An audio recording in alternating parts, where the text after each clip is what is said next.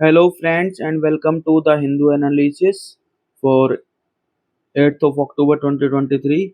तो संडे का आज दिन है, स्पेशल एनालिसिस आती है आज संडे के दिन। तो पहले कुछ न्यूज आइटम्स देख लेते हैं जो आज आई हैं, कुछ इंपॉर्टेंट है। तो सबसे पहले तो आज जो मेन खबर है that is Israel at war as Hamas attack leaves 200 dead. तो ये आपको पता ही होगा कि इजराइल पे जो है हमास ने जो है टेररिस्ट अटैक एक तरह से उन पे किया है, और रिटेलिएशन में जो है एयर स्ट्राइक भी की गई हैं, जिसमें जो है पैलेस्टीनियंस जो है वो किल्ड हुए हैं। ठीक है ना। तो ये मेन तो ये खबर है जो हमारे पीएम साहब हैं, उन्होंने सॉलिडारिटी दिखाई है इजराइल के साथ कि वो जो हमास का जो अटैक है, जो ये एक टेररिस्ट अटैक जो है इजराइल पे हुआ है, तो उसकी एक तरह से निंदा की है, और इजराइल के साथ सॉलिडारिटी दिखाई है। साथ साथ दूसरी चीजें है, जो जीएसटी काउंसिल है it affirms 28% tax on online betting from 1 October. तो 1 अक्टूबर से जो ये आया है 28% जो जीएसटी टैक्स जो है ऑनलाइन बेटिंग पे आ गया है। तो इसमें जो डिसीजन अनाउंस किए गए थे जीएसटी काउंसिल के द्वारा सैटरडे को, कुछ उनका जिक्र दिया गया है। पहला तो यह है कि जो एक्स्ट्रा न्यूट्रल एल्कोहल है ENA in legal production it is kept outside of GST. Second, states empower to tax ENA, ये स्टेट्स को एम्पावरमेंट दी है। तीसरी, जो ब्लेंडेड फ्लोर है with at least 70% millets made tax free when sold loose. तो ये फ्री के लिए आप याद रखेंगे, अगर लूज बेचते हैं कोई भी ब्लेंडेड फ्लोर जिसमें 70% मिलेट्स हैं तो उसको जो है टैक्स फ्री रखा गया है। फिर levy on molasses slash from 28% to 5% to lower cattle feed cost and help sugarcane farmers. तो ये बेसिकली ये चेंजेस जो है वो जीएसटी काउंसिल ने जो है वो अनाउंस किए हैं सैटरडे को। ठीक है ना। आगे देख लेते हैं, एक न्यूज आइटम और भी थी।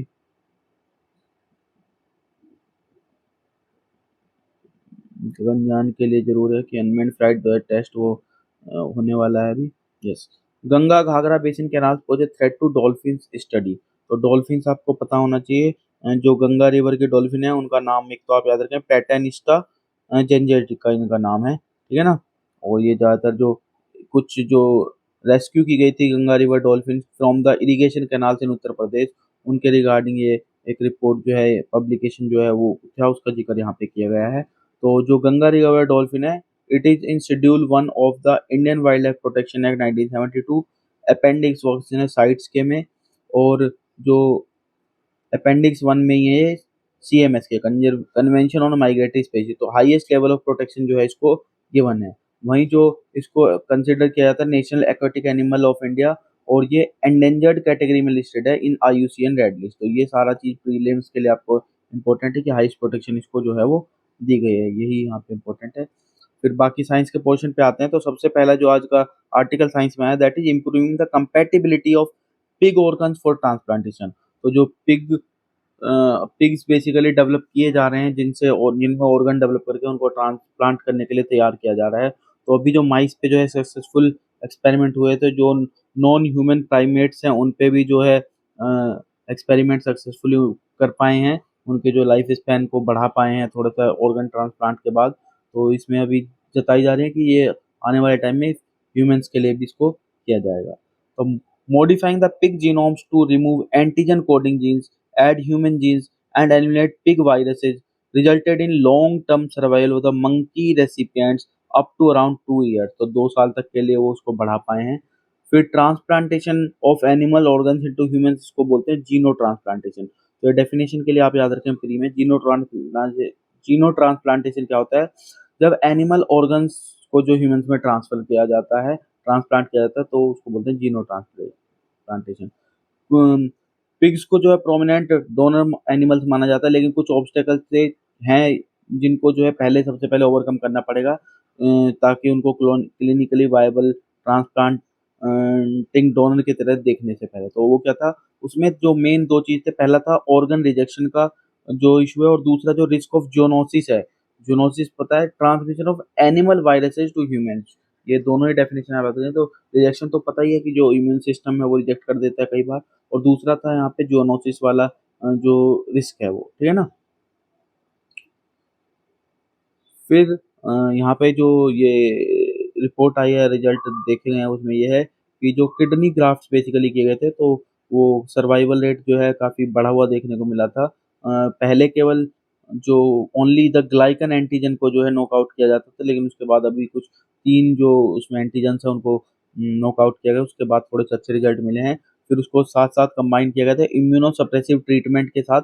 The transplant provided long term primate survival to 750 days तक का अचीवमेंट कर लिया गया है। ठीक है ना?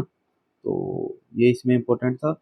Next is now a more efficacious inexpensive malaria vaccine. तो जो मलेरिया वैक्सीन डेवलप किया गया था R21 या मैट्रिक्स एम मलेरिया वैक्सीन जो है डेवलप किया गया था, और ये डेवलप किया आपका यूनिवर्सिटी ऑफ ऑक्सफोर्ड ने।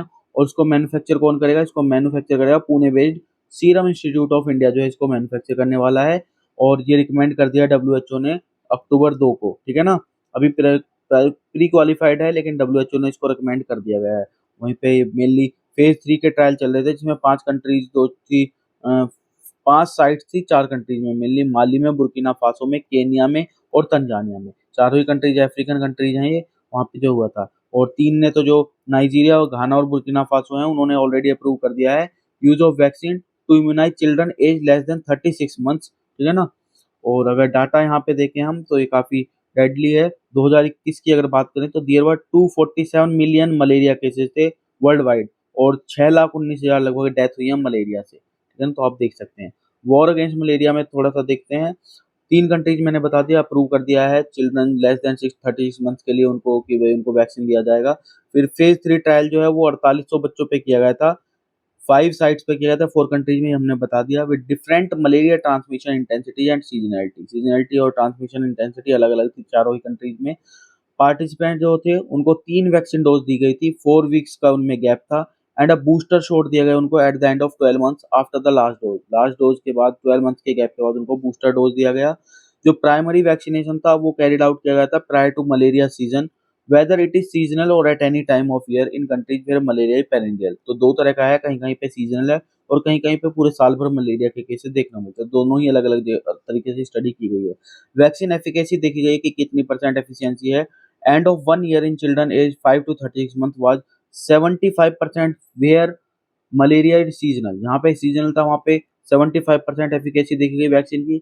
वहीं पे जहाँ पेरेनियल है वहाँ पे 68% जो है वो देखी गई। तो ओवरऑल जो है जहाँ पे पेरेनियल के है मलेरिया, वहाँ पे एफिकेसी कम है इन कंपेरिजन टू सीजनल। तो in children age 5 to 17 months who are more likely to die due to severe malaria, the vaccine efficacy was higher। वो लगभग 79% है मले वहाँ पे सीजनल वाले केस में, और 75% है जहाँ पे मलेरिया पेरेनियल है।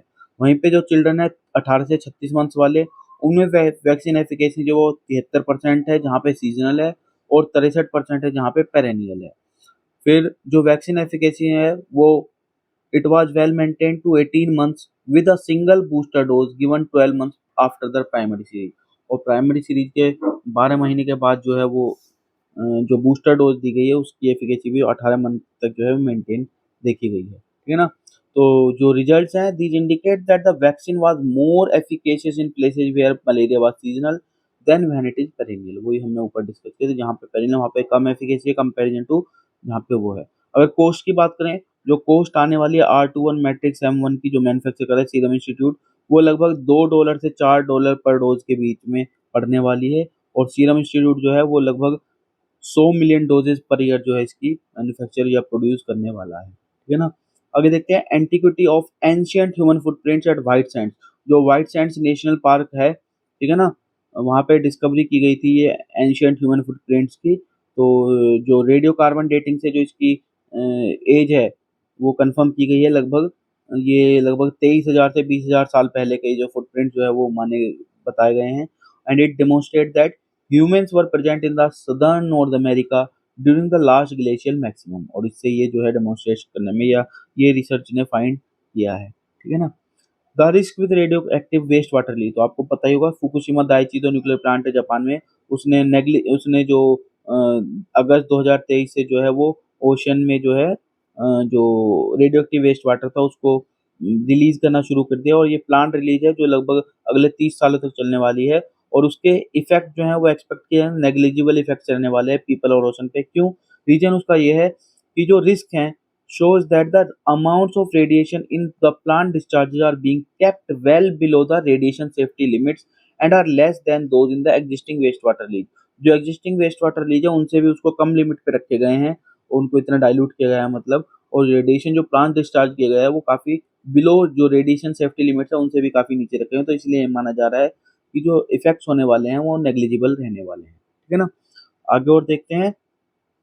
इसमें आज क्वेश्चन फॉर्म है 6 टेस्ट था, तो बेसिकली जो 5 टेस्ट हम टंग के जो टेस्ट को वो बेसिकली 5 बेसिक टेस्ट माने जाते हैं, स्वीट, सॉल्टी, सोर, बिटर और उमामी। तो उमामी के बारे में जान लीजिए। जापानीज साइंटिस्ट थे किकुनी इकेडा, जिन्होंने पहली बार प्रपोज किया था उमामी को एज ए बेसिक टेस्ट, लेकिन उन्होंने 1900 में या अर्ली 1900 में प्रपोज किया था, लेकिन लगभग 8 डिकेड बाद जो है इसको साइंटिफिक कम्युनिटी ने ऑफिशियली एग्री किया था कि उमामी जो है वो एक बेसिक टेस्ट है। और अभी जो साइंटिस्ट हैं वो एविडेंस दे रहे हैं एक 6th बेसिक टेस्ट का, है ना, कि एक छठा बेसिक टेस्ट भी आता है। तो अब देखते हैं आगे क्या होता है इसमें। Next is how plastics affect our daily life. तो ये हमें पता होना चाहिए कि प्लास्टिक का इफेक्ट तो है ही। तो उसने यहाँ पे बोला it was in 1907 that Belgian scientist Leo Baekeland synthesized the first plastic using formaldehyde and phenol. और उसको नाम क्या किया जाता है, बेकेलाइट उसको नाम दिया जाता है। तो प्रीलिम्स के लिए याद रखना आपको, प्लास्टिक की शुरुआत हुई थी 1907 में। और किसने ये पहली बार प्रोड्यूस किया, सिंथेसाइज किया था, लियो बेकेलैंड ने प्रोड्यूस किया था यूजिंग फॉर्मेल्डिहाइड एंड फिनॉल, और उसका नाम रखा गया था बेकेलाइट। तो ये आपको इम्पोर्टेंट है, ये याद रखना है प्री के लिए, ठीक है ना। उसके बाद अगर यूनेप की रिपोर्ट देखें तो it point out that every day equivalent of 2000 garbage trucks full of plastic are dumped into the world's oceans, rivers and lakes में जो है डंप किया जाता है। एवरी ईयर लगभग 19 से 23 मिलियन टन जो प्लास्टिक वेस्ट है वो लीक हो जाता है into aquatic ecosystems, polluting lakes, rivers and seas, ठीक है ना। इनको सबको पोल्यूट करता है। तो ये प्लास्टिक के रिगार्डिंग था। अब हम ये जानते हैं कि लैंडफिल्स में जो है इनको बेसिकली डिस्पोजल किया जाता है, लेकिन जो अगर रिसाइकलिंग करें, recycling of plastic is an method for production of the vital resource of liquid and gases fuel. और ये जो अल्टरनेटिव है डिस्पोजल लैंडफिलिंग से अलग, उसके रिगार्डिंग इंपॉर्टेंट बात की उतरने। जो थर्मल और कैटालिटिक डिग्रेडेशन है और जो गैसिफिकेशन है, these are alternative method for recycling of plastic waste to produce fuel having property similar to commercial fuel. और इसका यूज करके जो है उसको एज ए फ्यूल प्रोडक्शन में उसकी यूज किया जा सकता है, जो कि कमर्शियल फ्यूल्स की तरह अल्टरनेटिव के रूप में या सिमिलर प्रॉपर्टी उसकी होती है, अल्टरनेटिव फ्यूल के रूप में उसको यूज किया जाता है। One is not to discard plastic bottles and bags after use but reuse them. तो दो तरीके उसने बताए, एक तो उसको रीयूज कर सकते हैं प्लास्टिक को, दूसरा बताया है यूज मोर एंड मोर गिलास एंड स्टील प्रोडक्ट, ज्यादा से ज्यादा प्लास्टिक को अवॉइड कीजिए, दूसरा तरीका है, ठीक है ना। फ्रिक्वेंटली आस्क्ड क्वेश्चन में आज जो है वो, और जो आज प्रोफाइल्स में भी है वो ज्यादातर आज का नोबेल प्राइज से रिलेटेड सारी चीजें। Significance of quantum dots in nano technology. तो जो 2023 का केमिस्ट्री का नोबेल प्राइज है वो एलेक्साई आई एक्िमोव, लुइस ई ब्रूज और माउंगी जी बावेंडी को दिया गया है for the discovery and synthesis of quantum dot. तो सबसे पहले क्वांटम डॉट देख लेते हैं। Quantum dot is a really small assembly of atoms just a few thousand, around a few nanometers wide. So, quantum in its name comes from the fact that electrons in these atoms have very little space to move around. So, the crystal as a whole display the quirky effects of quantum mechanics. तो important यही है कि जो crystal है, जो quantum dots है, वो एक क्वांटम मैकेनिक्स के जो इफेक्ट्स है उनको दर्शाता है। और quantum dots have also been called artificial atoms में इनको बोला जाता है, क्योंकि the dot as a whole behaves like an atom in some circumstances. कुछ सर्कमस्टांसेस वो एज ए एटम की तरह जो है बिहेव करता है। तो जो एटम्स की प्रॉपर्टी एग्जिबिट करता है क्वांटम डॉट्स वो एग्जिबिट करते हैं। तो दो तरह से होता है, एक तो एटॉमिक लेवल पे होता है मटेरियल, और एक होता है बल्क लेवल पे, और इनके बीच में कहीं जो है वो क्वांटम डॉट्स आते हैं, ठीक है ना। तो ना तो वो पूरी तरह से एटम की तरह बिहेव करता है, ना ही बल्क मटेरियल की तरह करता है। जैसे कि इसके एक पर्टिकुलर बिहेवियर को जो डिस्टिंग्विश करता है बाकी से अलग, वो उसकी प्रॉपर्टी है quantum dot change based on how big it is, कि उसके साइज के आधार पे जो है क्वांटम डॉट की जो प्रॉपर्टीज है वो डिपेंड करती है। तो just by tweaking it size scientist can change say the quantum dots melting point और how readily it participates in a chemical reaction. किस तरीके से वो किसी रिएक्शन में पार्टिसिपेट करेगा, क्या उसका मेल्टिंग पॉइंट वगैरह, वो सब चेंज किए जा सकते हैं। तो प्रॉपर्टी साइज पे डिपेंड करती है। दूसरा जो इसका एप्लीकेशन है वो ये है, या जो इसका यूज है पर वो दिखाया है कि जब लाइट जो है क्वांटम डॉट के ऊपर डाली जाती है तो वो कुछ एब्जॉर्ब करता है और कुछ री एमिट कर देता है, और जो री एमिट करता है उसको डिफरेंट डिफरेंट फ्रीक्वेंसीज पे री एमिट करता है। तो उसके साइज के आधार पे जो है वो जो फ्रीक्वेंसी है री एमिशन की वो डिपेंड करती है। जो स्मॉलर डॉट होता है वो ब्लूअर लाइट एमिट करते हैं, वहीं जो लार्जर डॉट है वो रेडर लाइट जो है एमिट करता है। तो क्वांटम डॉट्स को जो है इजीली अडेप्ट कर सकता है for a variety of applications including surgical oncology में यूज कर सकते हैं हम इसको, एडवांस इलेक्ट्रॉनिक्स में यूज करते हैं, और क्वांटम क्वांटम कंप्यूटिंग में भी इसका यूज कर सकते हैं, ठीक है ना। फिर क्वांटम डॉट्स की एप्लीकेशन की अगर बात करें तो जो टीवी स्क्रीन होती हैं उनको डेवलप करने में बना सकते हैं, क्यों, ठीक है ना, क्योंकि इलेक्ट्रिक सिग्नल्स वो रिसीव करती हैं और एमिट करती हैं लाइट डिफरेंट कलर्स के, तो उसका इसमें यूज है। दूसरा, if one of the energy levels and electron jumps between in A quantum dot atom is the conduction band, the dot can operate like a semiconductor, semiconductor की तरह वो काम कर सकता है। Solar cells made with quantum dots are expected to have a thermodynamic efficiency as high as 66%, तो ज़्यादा efficient solar cells बनाने में कर सकते हैं इसको। Can also highlight a tumor that surgeon needs to remove, तो cancers की रिसर्च और ट्रीटमेंट में इसका यूज है। It can hasten chemical reactions that extract hydrogen from wastewater, तो जो from water सॉरी, तो हाइड्रोजन को एक्सट्रैक्ट करने में हेल्प मिल सकती है। जो हम हाइड्रोजन सेल डेवलप करने की बात कर रहे हैं, hydrogen as a fuel use करने की बात कर रहे हैं, उसमें हेल्प कर सकता है। And as a multiplexer in telecommunication, telecommunication में तो इसका यूज हो ही जाएगा, ठीक है ना। Second is new tools to fathom the world of electrons, तो ये सेकंड जो फिजिक्स में नोबेल प्राइज दिया गया है जो एटो सेकंड के लिए, उसके लिए दिया गया है, उसकी बात हुई है। तो एन एल व्हीलर, पायरे अगोस्तिनी और फेरेनेक क्रोज, इन तीनों को जो है ये अवार्ड मिला है फिजिक्स का Nobel prize for experimental method that generate attosecond pulses of light for the study of electron dynamics in the matter. Attosecond को जान लेते हैं, it is 1/20th of a second और 10⁻⁻18 सेकेंड जो है ये बराबर होता है आपका attosecond. This is the time scale at which properties of electron change, और ये टाइम स्केल वो है जिसपे इलेक्ट्रॉन जो है प्रॉपर्टी चेंज करती है। तो मतलब अगर आपको इलेक्ट्रॉन्स अंडरस्टैंड करने हैं तो अब जो है ये पॉसिबल हो जाएगा कि हम इस टाइम स्केल में जो है स्टडी कर सकते हैं, और इसी वजह से ये डिस्कवरी जो है काफ़ी यूजफुल होने वाली है। एटोसेकेंड साइंस है क्या? तो एटोसेकेंड साइंस जो है बेसिकली एटोसेकेंड फिजिक्स, एटोफिजिक्स बोलते हैं हम इसको। It deals with the production of extremely short light pulses and using them to study super fast process. जो सुपर फास्ट प्रोसेस हैं जो एटोसेकेंड लेवल पे होने वाले हैं उनको स्टडी करने में इसका मेनली एप्लीकेशन होने वाला है, और इसका वहाँ पे यूज है, ठीक है ना। एटोसेकेंड साइंस में देखें तो जो लाइट पल्सेस ड्यूरेशन है is a few hundred attosecond because the electrons wing beats happen that rapidly, ठीक है ना। इसमें यहाँ पे एग्जांपल दिया था उसका, जो हमारी सबसे छोटी बर्ड होती है ना, जिसको हम क्या बोलते हैं, हमिंग बर्ड, उसके रिगार्डिंग बोला है कि वो जो उसके जो विंग्स वो करती है वो 80 लगभग उसमें विंग्स 80 टाइम्स फ्लैप कर देती है इन 1 सेकेंड। तो 1/80 अगर हम सेकेंड उसका पर विंग फ्लैप जो है वो है, ठीक है ना। तो एटो सेकेंड लेवल पे उसको जो बता रहे हैं ये पे, है ना। फिजिक्स क्या है प्रोड्यूस करने का एटो सेकेंड पल्स की, तो जो कॉन्सेप्ट है वो बेसिकली है एटो सेकेंड पल्सेज को बनाने का, वो है वेव मैकेनिक्स। तो आपको ये भी याद रखना है कि किस प्रिंसिपल पे बेस्ड है, ये वेव मैकेनिक्स पे है। वन लाइनर में आपको स्टेटमेंट टाइप में भी पूछा जाता है कि इस प्रिंसिपल पे है, ठीक है ना। How do we know a pulse last for an attosecond, तो ये कैसे पता चलता है कि एटो सेकेंड तक कोई है या नहीं है। तो a major technique to measure the duration of a short light pulse called RABBIT and Pierre Agostini and his colleagues at a facility in Paris developed in 1994, 1994 में इसको डेवलप किया था रैबिट टेक्निक को, ठीक है ना, जिससे जो है वो मेजर की जाती है। एप्लीकेशंस की बात करें तो जाहिर सी बात है कि एटो सेकेंड पल्सेज जो हैं वो उसमें उसको बनाने में जो है करोड़ रुपीज लगेगा, ग्रेट स्किल चाहिए ऑपरेट करने के लिए, और बल्कि भी होता है। लेकिन मिनिचराइजेशन जो हम देख रहे हैं साइंस में टेक्नोलॉजिकल प्रोग्रेस के साथ साथ मिनिचराइजेशन आ रहे हैं, तो एक दिन ऐसा भी आएगा जब हम जो इलेक्ट्रॉन की स्टडीज है वो हम पॉकेट साइज गिज्मोज के द्वारा भी कर सकते हैं, ठीक है ना। तो फोटो इलेक्ट्रिक इफेक्ट जो है it is at the heart of the solar power and by refining our theoretical understanding of it based on studies like this we could gain big. तो ये जो मोटिव है it extend to most parts of the physics, chemistry and biology everywhere the properties of electrons matter, क्योंकि हर जगह electrons की property matter करती हैं। तो अगर इलेक्ट्रॉन की स्टडी इजी हो जाएगी तो हम बाकी सारी फील्ड्स में भी और अच्छा एडवांसमेंट कर सकते हैं।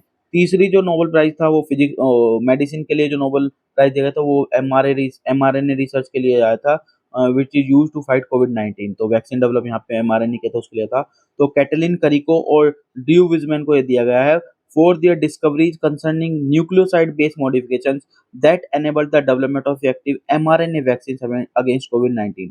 तो इस रिसर्च के लिए बेसिकली ये नोबेल प्राइज मेडिसिन में दिया गया है। तो एमआरएनए वैक्सीन की अगर बात करते हैं तो एमआरएनए जो है स्टैंड्स करता है मैसेंजर आरएनए के लिए and it is a form of nucleic acid which carries genetic information। ये हम सबको पता है।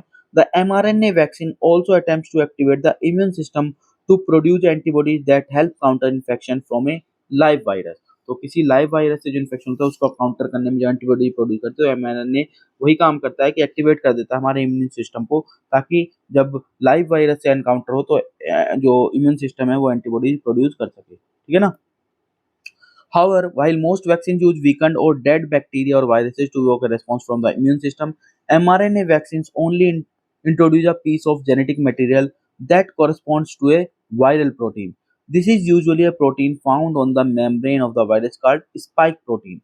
तो mRNA vaccine does not expose individuals to the virus itself. mRNA vaccine जो है इंडिविजुअल को वायरस से नहीं लाता, वो जस्ट जो उसमें जो वो जो पीस होता है जेनेटिक मटेरियल का सिर्फ उसको इंट्रोड्यूस किया जा सकता है जिससे वायरल प्रोटीन की सिंथेसिस होती है। ठीक है ना।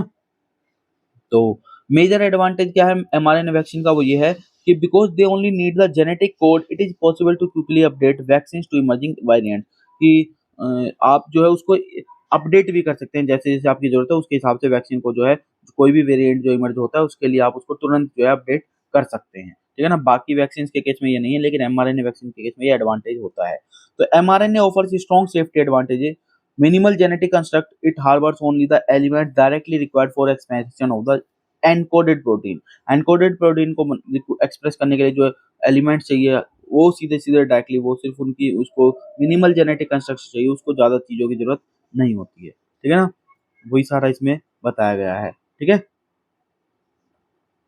आगे देखते हैं प्रोफाइल सेक्शन में आ जाए the women who shook the clergy. तो जो ईरानियन एक्टिविस्ट थी who continue to fight for women's rights and freedom and against the death penalty despite lengthy prison terms ill health and force separation from her family, उनको जो है Nobel peace prize जो है वो दिया गया है। तो 2016 में ये जो Iranian appeals court confirm the 16 year sentence for Mohammadi on charges of colluding to act against the national security engaging in propaganda campaigns against the government as well as forming and directing the illegal group.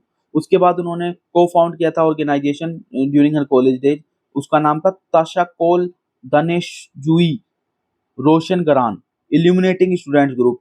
और उन्होंने start किया था women's के जो issues है उनको taken up करना शुरू किया था और कैंपेन भी उन्होंने टेकन अप किया था अगेंस्ट द डेथ पेनल्टी। ठीक है ना। Mrs Mohammadi joined the centre for the defenders of human rights that was cofounded by Shirin Ebadi the renowned human rights campaigner who won the 2003 Nobel prize. It was association with the centre that initially took her to jail. और उनको और बहुत सारे international recognition भी मिले हुए हैं। Recipient है वो अलेक्जेंडर लैंगर अवार्ड 2009 में मिला, पर एंगर प्राइज दिया 2011 में, 2022 का रिपोर्टर्स विदाउट बॉर्डर्स प्राइज भी दिया गया for courage for her human rights work.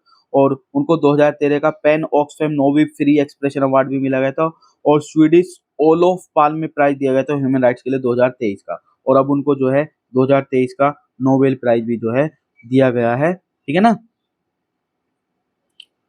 Nargis मोहम्मदी जी को। ठीक। बाकी master of mystic realism Jon Fosse, ये नॉर्वेजियन जो है राइटर हैं, इनको जो है लिटरेचर का अवार्ड दिया गया है, इस बार का नोबेल प्राइज दिया गया है लिटरेचर में। ठीक है ना। For his innovative plays and prose which give voice to the unsayable. ठीक है ना। ये नॉर्वे के राइटर हैं जॉन फोसे। ठीक है ना। इनका जो डेब्यूट नॉवेल था उसका नाम था रेड ब्लैक और ये पब्लिश था 1983 में, ये आपको याद रखना है। फिर बेसिकली क्या है इनके उसमें खासियत क्या होती है, with the human condition central to his writing he builds layers with characters talking or thinking about the past and present, their feelings about love, loss, grief, and the eternal quest to find peace, oftentimes unattainable amid life's vicissitudes। तो ये उनकी खासियत रही है। उसके अलावा एक जो और राइटर हैं वो भी आज प्रोफाइल सेक्शन में, अंबई फेमिनिस्ट विदाउट कॉम्प्रोमाइज। तो ये Tata literature life time achievement award जो इनको दिया गया है and it is seen as the first feminist writer of Tamil इनको माना जाता है who perpetually challenge the gender order. ठीक है ना। जेंडर ऑर्डर को इन्होंने चैलेंज किया था। और इनका एक और जो है वो अचीवमेंट वो है स्पैरो, ठीक है ना। 1988 में इन्होंने फाउंड किया था स्पैरो। स्पैरो क्या है, sound and picture archives for research on women, to document and archive the works of women writers and artists, a rare and niche collection that has several manuscripts। तो ये इनका दूसरा achievement है और इनको जो है फर्स्ट फेमिनिस्ट राइटर माना जाता है तमिल का, ठीक है ना। तो दिस इज इट। होप आपको डिस्कशन अच्छा लगा होगा और आपको ये पसंद आया है तो आप लाइक कीजिए और वीडियो को शेयर भी कीजिए, चैनल को सब्सक्राइब कीजिए अगर अभी तक नहीं किया, और ज़्यादा से ज़्यादा इसके आउटरीच को बढ़ाइए। तो थैंक यू।